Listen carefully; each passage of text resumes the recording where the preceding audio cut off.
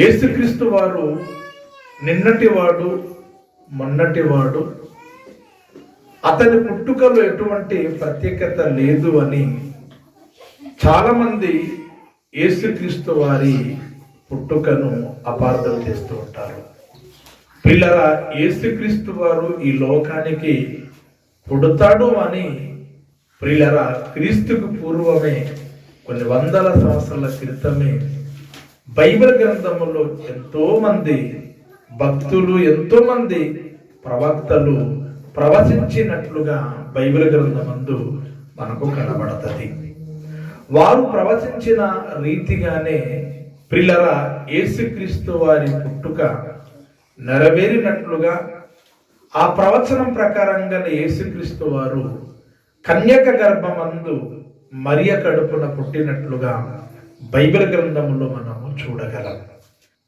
ప్రియమైనటువంటి దేవుని వల్లారా, క్రీస్తుకు పూర్వం అనగా 700 సంవత్సరాల క్రితమే బైబిల్లో గొప్ప ప్రవక్త అయినటువంటి యెషయా యేసుక్రీస్తు పుట్టుక గురించి ఏ విధంగా ప్రవచించడో ఒక మాటని ఈరోజు మనము బైబిల్ గ్రంథము నుండి మనం ధ్యానిద్దాం. ఆ మాట ఎక్కడ ఉంటదంటే ప్రియులారా, యెషయా గ్రంథము 9వ అధ్యాయము 6వ వచనాన్ని దయచేసి 3 లైన్లు మాత్రమే చదివి వినిపించవలసిందిగా ప్రభు పేరటారని మీకు మనవి చేస్తూ ఉన్నాను. ఏలయనగా మనకు శిశువు పుట్టెను, మనకు కుమారుడు అనుగ్రహింపబడెను, ఆయన భుజము మీద రాజ్యభారముండును. ప్రియమైనటువంటి దేవుని వల్లారా, ఈ మాట ప్రియులారా క్రీస్తుకు పూర్వము 700 సంవత్సరాల క్రితము వ్రాయబడినటువంటి మాట.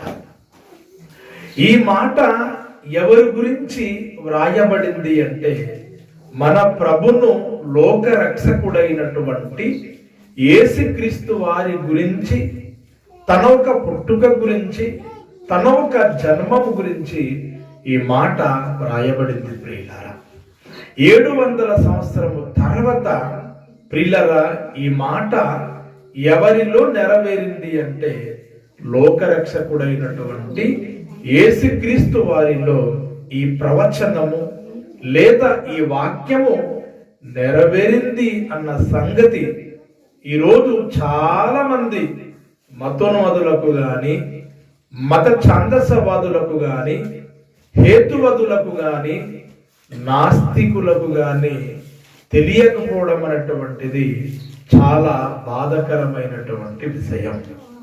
ప్రియమైనటువంటి దేవుని వల్లారా, ఈ యొక్క లేఖన భాగాన్ని మనం జాగ్రత్తగా ఆలోచించగలిగినప్పుడు ఇక్కడ ఒక అద్భుతమైనటువంటి మాట వ్రాయబడింది. ఏలయనగా మనకు శిశువు పుట్టెను, మనకు కుమారుడు అనుగ్రహింపబడెను, ఆయన భుజము మీద రాజ్యభారముండును, ఆయన భుజము మీద రాజ్యభారము ఉండును. ప్రియమైనటువంటి దేవుని వల్లారా, యేసుక్రీస్తు వారు ఈ లోకానికి పుట్టి ఆయన మనకులాగా స్వార్థపూరితంగా తన జీవితంలో ఎప్పుడు కూడా బ్రతకలేదు. ఆయన ఈ లోకానికి పుట్టి అందరిలాగా పనిచేసి, అందరిలాగా తిని, అందరిలాగా పడుకొని, అందరిలాగా చావొస్తే చనిపోయి ఆయన పరలోకానికి వెళ్ళలేదు. ప్రియులారా, ఆయన పుట్టుకకు కారణం ఉంది, ఆయన పుట్టుకకు పరమార్థం ఉంది. ఆయన ఈ లోకానికి ఎందుకు పుట్టాడు, ఈ లోకానికి ఎందుకు వచ్చాడు, ఎవరి కోసం పుట్టాడు, ఎవరి కోసం జీవించాడు అని ఆలోచించగలిగినప్పుడు అక్కడ ఒక అద్భుతమైనటువంటి మాట వ్రాయబడింది. ఆయన భుజము మీద రాజ్యభారముండును అన్నటువంటి మాట కనబడుతుంది. ఇంతకీ ఏ రాజ్యభారం, ఏ రాజ్యం గురించి ఇక్కడ వ్రాయబడింది అని ఆలోచించినప్పుడు ఇది లౌకికమైనటువంటి రాజ్యం గురించి వ్రాయబడినటువంటి మాట కాదు, లేదా భౌతికమైనటువంటి రాజ్యం గురించి వ్రాయబడినటువంటిది కాదు. ప్రియులారా, ఇది ఏ రాజ్యం గురించి వ్రాయబడింది అని ఆలోచించగలిగినప్పుడు ఇది ఆత్మ సంబంధమైనటువంటి రాజ్యం గురించి వ్రాయబడింది. యేసుక్రీస్తు వారు ఈ లోకానికి వచ్చింది భౌతికమైనటువంటి రాజ్యం గురించి గాని లోక సంబంధమైనటువంటి రాజ్యం గురించి యేసుక్రీస్తు వారు ఈ లోకానికి పుట్టలేదు. ఆత్మ సంబంధమైనటువంటి రాజ్యం గురించి యేసుక్రీస్తు వారు కన్యక గర్భమందు ఈ లోకానికి పుట్టడం అనేటువంటి జరిగింది. ప్రియులారా, మనందరికీ తెలుసు, గవర్నర్ అయినటువంటి పిలాతు యేసు ప్రభుని అడుగుతున్నప్పుడు ప్రియులారా, యేసు ప్రభు వారు ఏమని చెప్పాడంటే, నా రాజ్యము ఈ లోక సంబంధమైనది కాదు అని పిలాతును యేసు ప్రభు వారు చెప్పడం అనేటువంటిది మనం చూస్తాం. ప్రియులారా, ఈ లోక సంబంధమైనది నా రాజ్యం అవుతే నా కోసము అనేక మంది పోరాడవలసింది, అనేక మంది నా పక్షాన మాట్లాడవలసింది. నా పక్షాన ఏ ఒక్కరు కూడాను మాట్లాడటం లేదు. నా రాజ్యము ఈ లోక సంబంధమైనటువంటిది కాదు అని యేసుక్రీస్తు వారు గవర్నర్ అయినటువంటి పిలాతును చెప్పడం అనేటువంటి జరిగింది. ప్రియులారా, గనుక ప్రియమైనటువంటి దేవుని వల్లరా, దేవుడు స్థాపించినటువంటి రాజ్యం ఈ లోక సంబంధమైనటువంటి రాజ్యము కాదు అని ప్రతి ఒక్కరు కూడా తెలుసుకోవాలి. ప్రియమైనటువంటి దేవుని వల్లరా, ఈ భూమి మీద ఈ ప్రపంచంలో 4 బలమైనటువంటి సామ్రాజ్యాలు పరిపాలించాయి. అందులో మొట్టమొదటి సామ్రాజ్యం బబులోను సామ్రాజ్యం. ఈ బబులోను సామ్రాజ్యం ప్రపంచం యావత్తు చాలా బలముగా పరిపాలించింది. కానీ ఆ సామ్రాజ్యము పతనమైపోయింది, కుప్పకూలిపోయింది. దాని తర్వాత ప్రియులరా మరొక సామ్రాజ్యం లేచింది. ఆ సామ్రాజ్యం ఏంటంటే ప్రియులరా, మాదియా పారసిక సామ్రాజ్యం. ఈ మాదియా పారసిక సామ్రాజ్యం కూడాను ప్రపంచం యావత్తు చాలా బలముగా పరిపాలించింది. కానీ అది కూడా కుప్పకూలిపోయింది. దాని తర్వాత మరొక సామ్రాజ్యం లేచింది. ఆ సామ్రాజ్యం ఏంటంటే ప్రియులరా, గ్రీకు సామ్రాజ్యం. ఈ గ్రీకు సామ్రాజ్యం కూడాను యావత్ ప్రపంచమంతా పరిపాలించింది. అది కూడా కుప్పకూలిపోయింది, అది కూడాను పతనమైపోయింది. దాని తర్వాత ప్రియులరా మరొక సామ్రాజ్యం లేచింది. ఆ సామ్రాజ్యం రోమ సామ్రాజ్యం. ఆ రోమ సామ్రాజ్యపు కాలములోనే మన లోక రక్షకుడైనటువంటి యేసుక్రీస్తు వారు పుట్టడం అనేటువంటి జరిగింది. ప్రియులారా, ఈ రోమ సామ్రాజ్యం కూడాను యావత్ ప్రపంచమంతా కూడాను చాలా బలముగా ప్రియులారా పరిపాలించింది.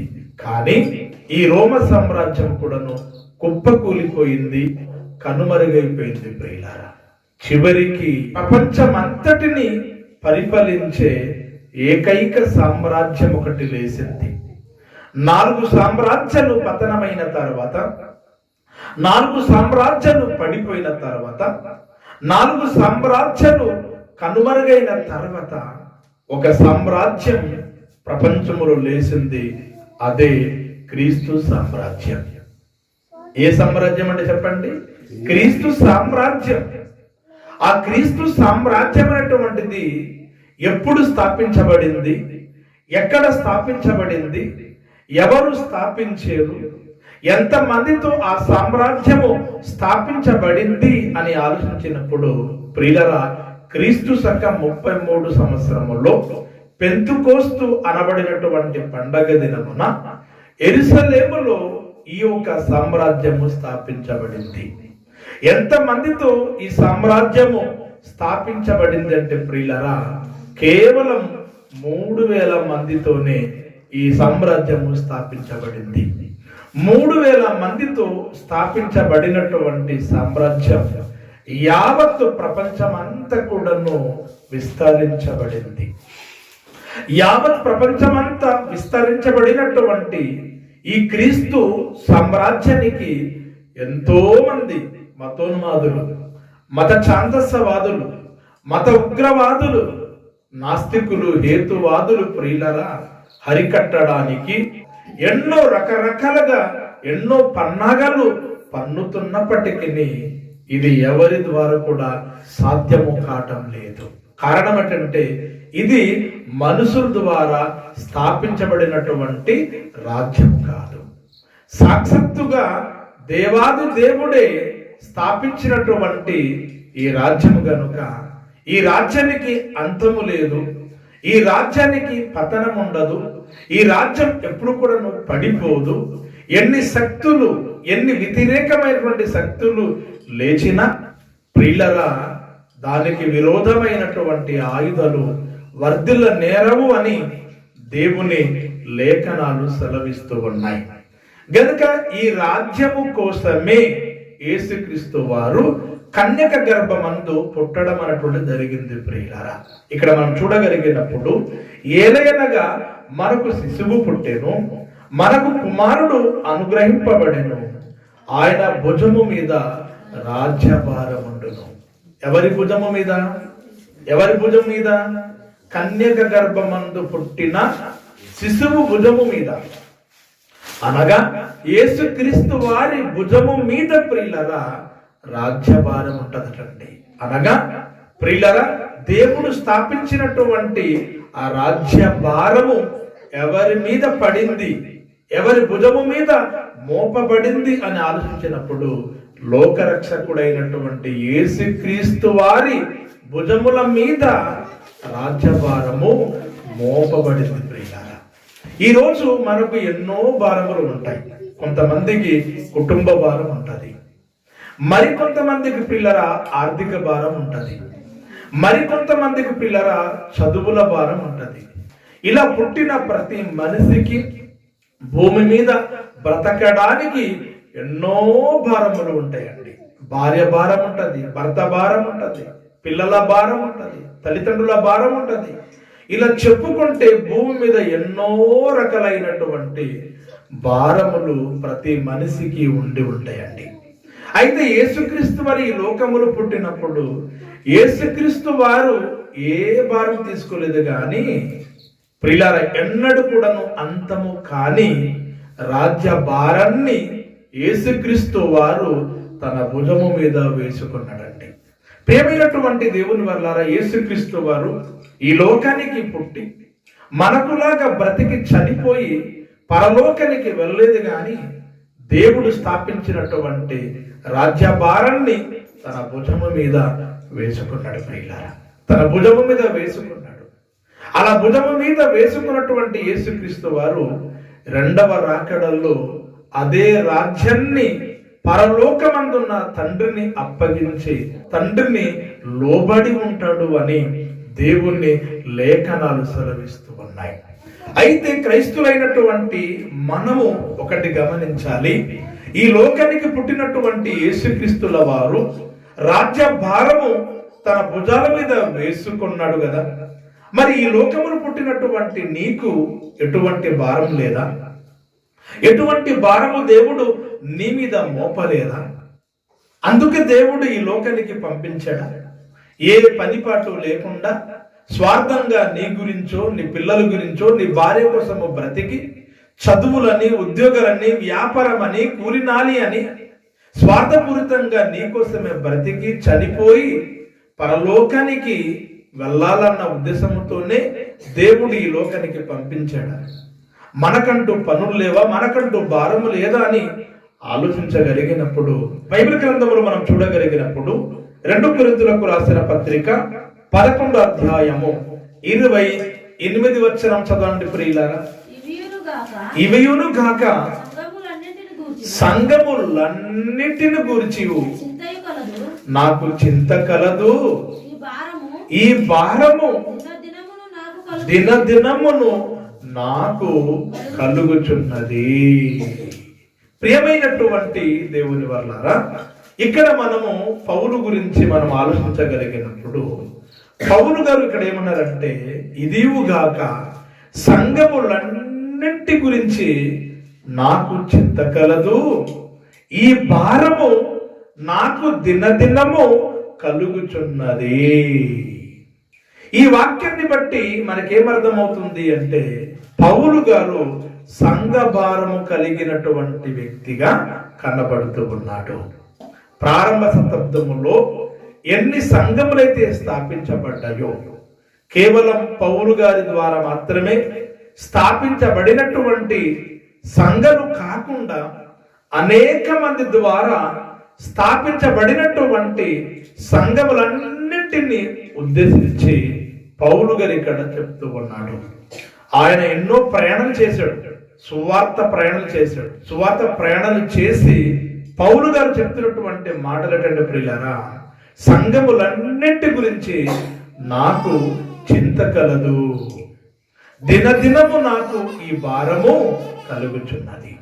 ప్రియమైనటువంటి దేవుని వల్లారా, సంఘములో ఉంటున్నటువంటి విశ్వాసి కావచ్చు, అదేవిధంగా సంఘం నడిపిస్తున్నటువంటి కాపరి కావచ్చు, ఖచ్చితంగా సంఘములన్నింటి గురించి భారము కలిగి ఉండాలి, బాధ్యత కలిగి ఉండాలి.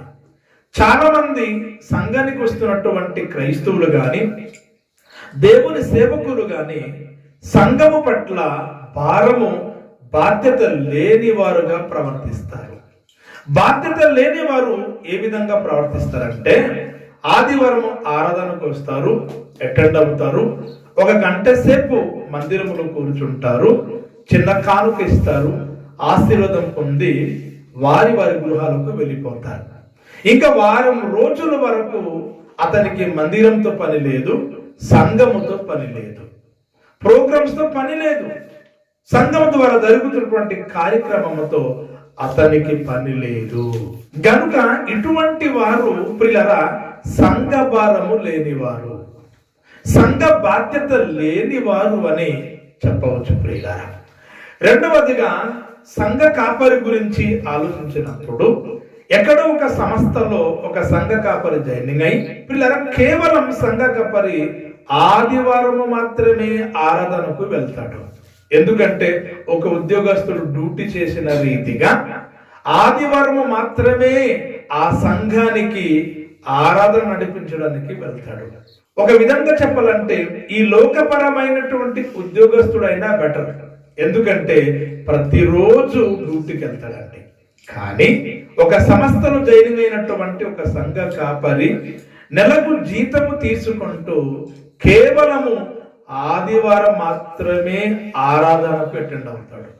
మిగతా రోజు సంఘ కార్యక్రమాలతో గాని, సంఘం ద్వారా జరిగేటువంటి స్వార్థ కార్యక్రమాలతో గాని పని లేదు. వారం రోజులంతా కూడా నువ్వు తింటాడు, పడుకుంటాడు. ఆదివారము ఆరాధనకు మాత్రమే సంఘము అటెండ్ అవుతాడు, చిన్న వాక్యం చెప్తాడు, కానుకలు తీసుకుంటాడు, తన ఇంటికి వెళ్ళిపోతాడు. ఈ విధంగా వ్యవహరించేటువంటి సంఘ కాపరి ప్రియులారా పేరుకు మాత్రమే సంఘము నడిపిస్తూ ఉన్నాడు, కానీ సంఘం పట్ల ఎటువంటి భారము, బాధ్యత లేనివాడు అని మనము చెప్పవచ్చు. రెండవదిగా ఇంకా మనకు ఏ భారం ఉండాలి, ఎటువంటి భారము దేవుడు మన మీద మోపెడు అని ఆలోచించగలిగినప్పుడు ప్రియులారా, 1 కొరింథీయులకు రాసిన పత్రిక 9వ అధ్యాయము 16వ వచనాన్ని దయచేసి చదవగలరు. నేను సువార్తను ప్రకటించుచున్నాను, నాకు అతిశయ కారణము లేదు. సువార్తను ప్రకటించవలసిన భారము నా మీద మోపబడి ఉన్నది. అయ్యో, సువార్తను ప్రకటింపకపోయిన ఎడల నాకు శ్రమ అంటున్నాడు ఇక్కడ పౌలు గారు. సువార్త ప్రకటించవలసిన భారము నా మీద మోపబడి ఉన్నది, నా మీద మోపబడి ఉన్నది అంటే పౌలు గారి భుజాల మీద సువార్త భారము మోపింది ఎవరు తెలుసండి? మనుషులు కాదండి, మనుషులు కాదు, అపోస్తులు కాదండి, ఆది సంఘము కాదండి, సాక్షాత్తుగా దేవాది దేవుడే పౌలు గారి భుజాల మీద ప్రియులారా సువార్త భారాన్ని మోపాడండి. ఒకవైపు సంఘ భారము, మరొక వైపు సువార్త భారం. ఈ రెండు భారాలు ప్రతి క్రైస్తవుడికి ఉండాలి. ఈ రెండు భారములు ప్రతి సేవకుడికి ఉండాలి. ఒకవైపు సంఘ భారము, మరొక వైపు సువార్త భారము. ఏమిటి సువార్త భారం అనుకుంటున్నారా? సువార్త అంటే ఏంటి అని ఆలోచించగలిగినప్పుడు క్రీస్తు యొక్క మరణము, క్రీస్తు యొక్క సమాధి, క్రీస్తు యొక్క పునరుద్ధరణమును నలుగురికి ప్రకటించడమే సువార్త భారము. ఈ లోకానికి యేసుక్రీస్తు వారు ఒక రక్షకుడుగా పుట్టాడని, పాపము లేనివాడుగా బ్రతికేడని, ఆయన మన కోసము చనిపోయాడని, మన కోసము సమాధి చేయబడ్డాడని, మన కోసము తిరిగి లేచాడని, క్రీస్తు రెండవ రాకడలో మనందరి కోసం ఈ లోకానికి రాబోతూ ఉన్నాడని, నలుగురికి, సమాజానికి, సర్వలోకానికి వెళ్ళి, సర్వ సృష్టికి వెళ్ళి, ఎటువంటి మతభేదము లేకుండా, ఎటువంటి కుల ప్రాంతము లేకుండా ప్రతి ఒక్కరిని కూడాను సువార్త ప్రకటించాలి. ఇదే దేవుడు మన భుజాల మీద పెట్టినటువంటి భారం. ఇది సువార్త భారం. ఈ సువార్త భారము మోసుకొని ప్రతి పల్లెకి వెళ్ళాలి, ప్రతి సంతకి వెళ్ళాలి, ప్రతి వీధికి వెళ్ళాలి, ప్రతి పట్టణానికి వెళ్ళాలి, ప్రతి ప్రాంతానికి వెళ్ళి సువార్త ప్రకటించాలి. నీ ద్వారా ఈ విధంగా సువార్త ప్రకటించబడుతున్నప్పుడు నీవు సువార్త భారము నీ భుజాల మీద వేసుకున్నావు. కానీ ఈరోజు ఏం జరుగుతుంది? కేవలము 4 గోడల మధ్య మాత్రమే జరుగుతుంది. ఏం జరుగుతుంది? సండే స్కూల్ అని, స్త్రీల కూడికలని, యవనస్తుల కూడికలని, పురుషుల కూడికలని, ఉపవాస ప్రార్థన కూడికలని, గృహ కూడికలని, కుటుంబ కూడికలని, ఇలా కేవలము 4 గోడల మధ్య మాత్రమే ఆరాధన జరుగుతుంది. ప్రియమైనటువంటి దేవుని వల్లరా, ఈ విధంగా జరుగుతున్నప్పుడు దేవుని సువార్త కార్యములు ఎవరు భుజాన మోసుకొని నలుగురికి సువార్త ప్రకటిస్తారు చెప్పండి? ప్రకటించు వారు లేకపోతే ఎట్లు విందురు అని దేవుని యొక్క లేఖనాలు ఎలా నీ జీవితంలో నెరవేర్చబడతాయి? ప్రకటించు వారు లేకపోతే ఎలా వింటారు?